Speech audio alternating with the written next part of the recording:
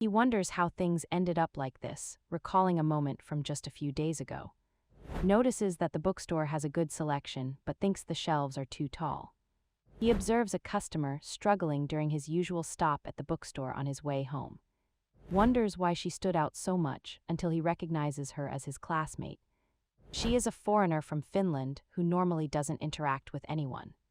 He thinks that if he tries to get involved, will probably reject him. To his panic, their eyes meet and she lets out a small cry of surprise.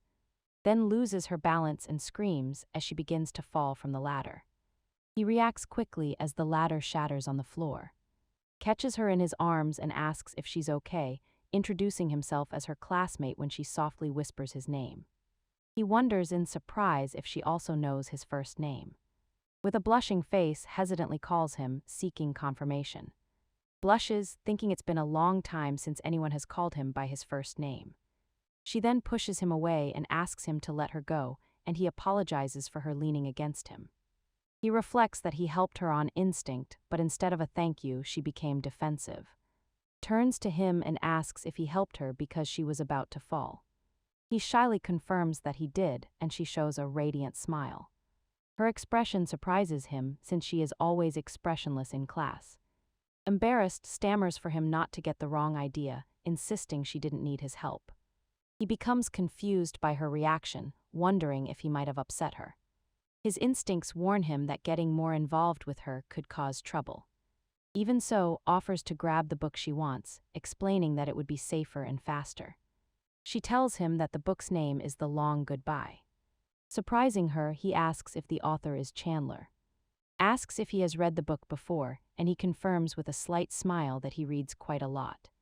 With a gentle smile, she murmurs an "I see," and realizes she's different from what he imagined. He hands her the book but says it's not like she really wanted him to pick it up. She calls him mean when he offers to put the book back on the shelf. Holding the book against her chest, quietly thanks him, and he notices she's not used to expressing gratitude. She admits that her bad habit is pretending to be tough but reassures her, saying it's fine if it's to protect herself. Her lonely figure in the classroom makes him think that there must surely be a reason for it. He decides not to get involved, thinking that getting close to someone special would only make him realize how ordinary he is. Quietly repeats his words about needing something to protect herself, leaving him confused. Her kindness surprises him when, blushing, she says that is kind. He tries to downplay his action, saying he's not really kind and that anyone would have done the same. Disagrees, and as she speaks, he finds himself lost in her eyes that shine like precious stones. A sudden thought hits him, and he panics when he realizes he's been standing there for too long. He hurriedly says goodbye, telling her he's glad he could help and that he's leaving now. Blushing and flustered, she turns and stammers for him to wait. Already outside the store, sighs as he realizes he forgot to buy the book he wanted. He thinks about the blue-eyed girl, the lonely goddess, and how he's not the kind of person to get involved with someone like Sun. Decides to simply return to his peaceful and boring daily life. He could never have imagined that from that day onward, he would be with her every single day. The next day is completely sleepy at school after staying up late watching anime and reading mystery novels. He dozes off at his desk amid the classroom chatter. The growing noise makes him look up, wondering what's happening behind him. Is standing in front of his desk, looking at him with a shy, blushing expression. She tells that she wants to talk to him during lunch today. With a nervous look, asks if he would like to have lunch together with her. The other students are shocked, unable to believe that is inviting such an ordinary boy to eat with her. Trembling, she asks in a faint voice if his answer is no. He feels the pressure of the moment, thinking that one wrong choice could turn into a big problem. When a classmate asks if she's close to, denies it, saying he only helped her the day before. He tries to explain the situation, but she interrupts him, insisting that it wasn't just that. Blushing, tells everyone that also caught her when she almost fell, causing a stir in the classroom. She then says she wanted to thank him for that, but he awkwardly replies that it was nothing special. Insistent, she says she won't be satisfied unless she thanks him properly and offers to pay for the most expensive lunch at the cafeteria. He finds himself in a dilemma, knowing that refusing would be the wiser choice, but he notices her legs trembling. realizes that the lonely goddess might actually be a shy girl who gathered all her courage to invite him. He concludes that despite his lack of confidence, he would hate himself if he rejected her at that moment. He says he doesn't deserve a cafeteria lunch, but suggests she could buy him a coffee from the vending machine later. With her face lighting up, asks if he'll have lunch with her, and he hesitantly agrees. She sighs in relief but quickly adds that it's just a thank you and not because she actually wanted to eat with him. As she insists she's not happy about it at all, wonders if this is what people call.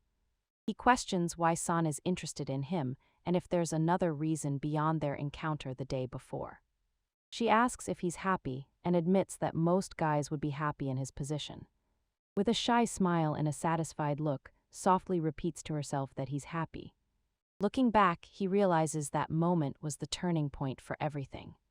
Reflects that if he had rejected her, the unexpected event of becoming engaged to would never have happened. It all began that day in the crowded school cafeteria. He asks San where she prefers to buy lunch, at the convenience store or the cafeteria. With a smile he finds adorable, she replies that she's fine with whatever prefers and suggests the cafeteria. The thought crosses his mind that they should go somewhere with fewer people since she stands out so much.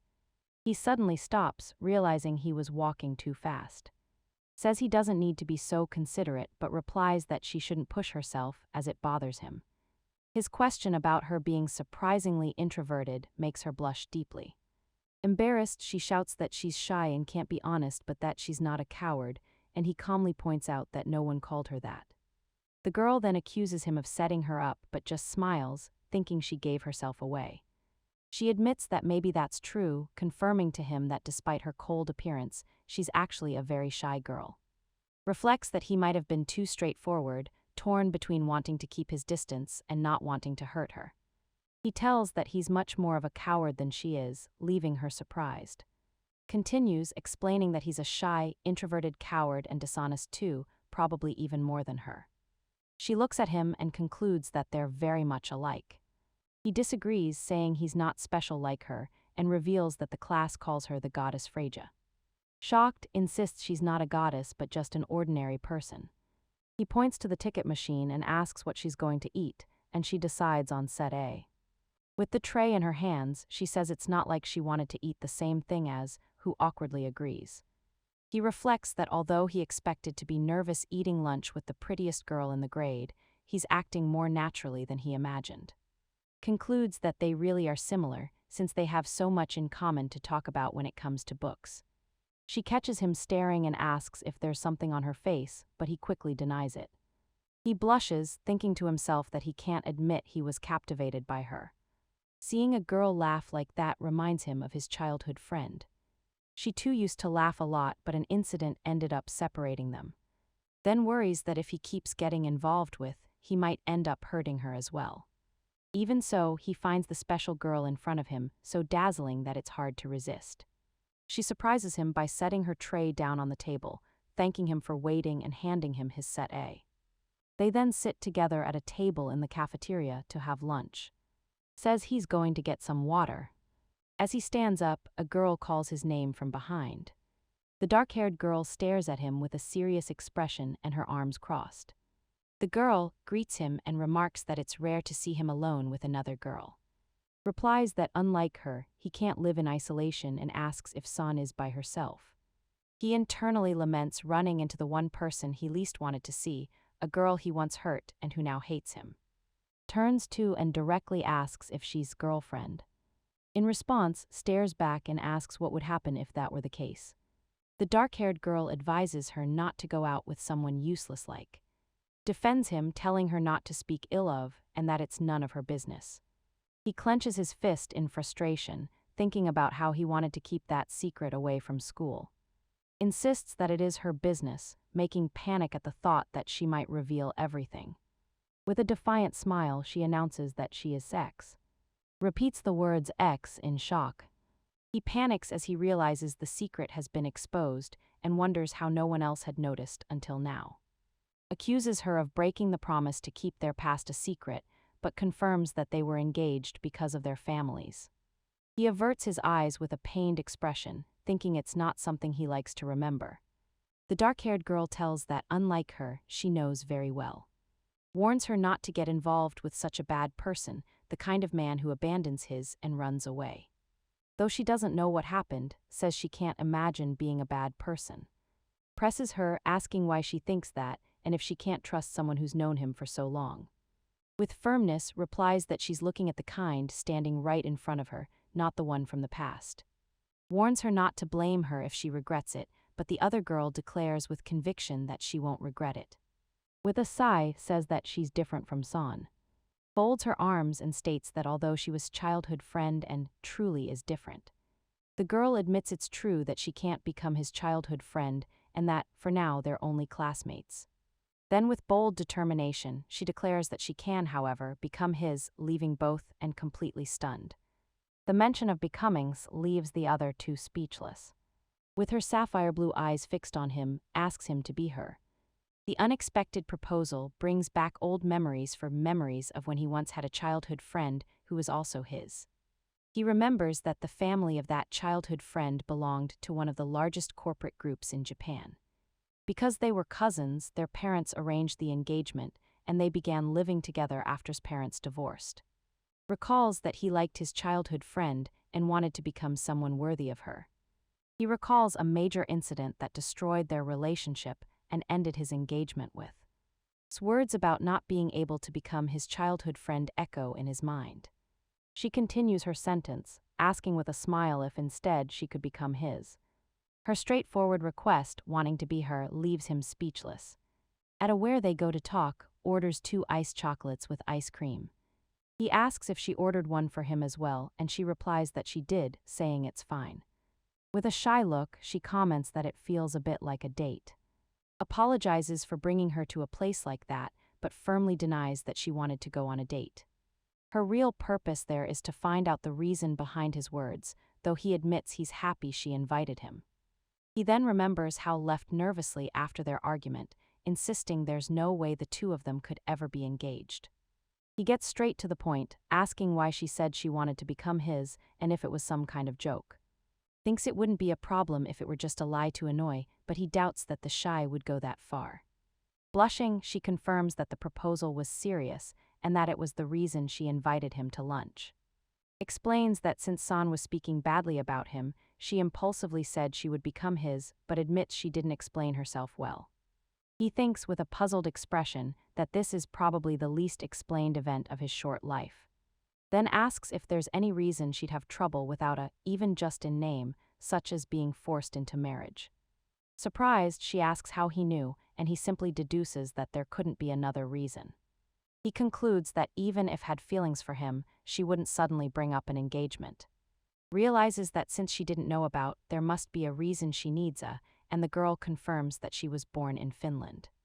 She explains that her mother works for the Japanese branch of a Finnish company, but the company has been running at a loss for a long time and has been trying to secure financial support in Japan. He realizes that the condition for the financial support is for her to marry a relative of the company's president, an idea he finds outdated. Pleads with him, explaining that if she can show she already has a, they'll be convinced, and she promises it won't cause him any trouble. Confused, he wonders why she chose him, since there are plenty of other guys. Then asks for the name of the company that financed her mother to get more information. When he looks at her phone, he's shocked to discover it's the group's family's company. It all clicks and deduces that the person she's being forced to marry must be a relative of the family. He calls a woman who greets him as and says she's glad to hear he's doing well. He addresses her as San, the family's secretary who also serves as his guardian, and tells her he has a question. Guesses that his call is about that matter and apologizes for the late notice, leaving him confused. She scolds him for pretending not to understand and asks if he hasn't heard anything from his classmate, leaving in shock. With a cheerful smile, congratulates him, saying that is very lucky to have a blue-eyed. Shocked, he questions why he should be San's, since this is the first time he's hearing about the family's intentions. She playfully apologizes for him not knowing, explaining that although arranged marriages aren't popular anymore, that's the wish of the family's head. Reflects that even though he thought they no longer expected anything from him after his expulsion, now the family wants to use him. He then asks if she doesn't feel sorry for San, since they decided on an engagement so arbitrarily. Shifts the responsibility back to him, asking if the final decision doesn't rest with himself. She casually suggests that if he becomes the ideal and the girl falls in love with him, then there will be no problem. Embarrassed, asks her to stop teasing him when says he's capable, and that if it were with her, he'd be more than welcome. He ends the call, saying he needs some time to think, and she cheerfully agrees before hanging up. Outside, worries about how to explain the situation to San as he sees her talking to someone through the window.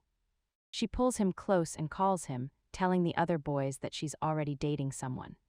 Plays the part of her boyfriend to the surprise of the other guys. After they leave, he turns to San, who is still holding him tightly. She admits she was scared and thanks for saving her, while he apologizes for leaving her alone. He realizes he's still in boyfriend mode, while sighs that she wishes she had someone to protect her. The girl then asks him about her future, looks at her and reveals that it's him. He explains the unbelievable situation, blaming the outdated traditions of the group for arranging the engagement. Clarifies that what surprised her wasn't the engagement itself, but the fact that was her. She suggests that maybe it's fate and concludes that everything will be fine if he becomes her, before nervously asking if he's okay with the idea of having to marry her. He asks San if she's really okay with being forced to marry someone she doesn't even like. Blushing, she admits that if it's with, maybe she actually wants to get married, leaving him stunned. Quickly explains that it's because he's nice, kind, and understands her. Still hesitates, asking if she's really okay with him, since he doesn't feel like he truly understands her.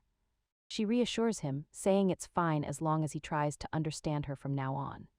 With a determined and sincere look, asks him to marry her.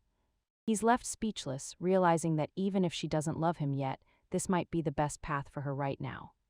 Reflects that with the support of the family and her mother, the only thing left is his own will. His heart grows restless under the weight of the decision. He looks away, wondering what it is that he truly wants to do.